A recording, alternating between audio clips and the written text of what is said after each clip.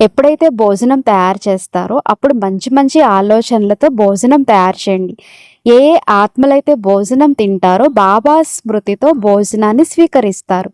వాళ్ళ బుద్ధి లోపల పరివర్తన వస్తుంది. బాబా శక్తి ఇందులో వెళ్తుంది. బాబా శక్తి వాళ్ళ బుద్ధి తాళాన్ని ఓపెన్ చేస్తుంది. మార్పు వస్తుంది. మార్పు వస్తుందా లేదా? తప్పకుండా వస్తుంది.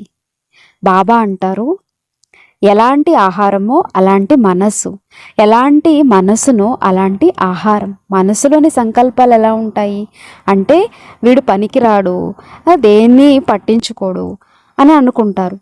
అతని కోసం భోజనం తయారు చేయాల్సి వస్తుంది, ఇది చేయాల్సి వస్తుంది అని. అప్పుడు ఆ వ్యక్తి వచ్చి తిన్న తర్వాత ఏం ఆలోచిస్తాడు? అతడు కూడా ఇదే ఆలోచిస్తాడు కదా. వ్యర్థమైన కబుర్లు పెట్టడానికి వెళ్తుంది ఆమె. దాని నుండి ఏం లభిస్తుంది?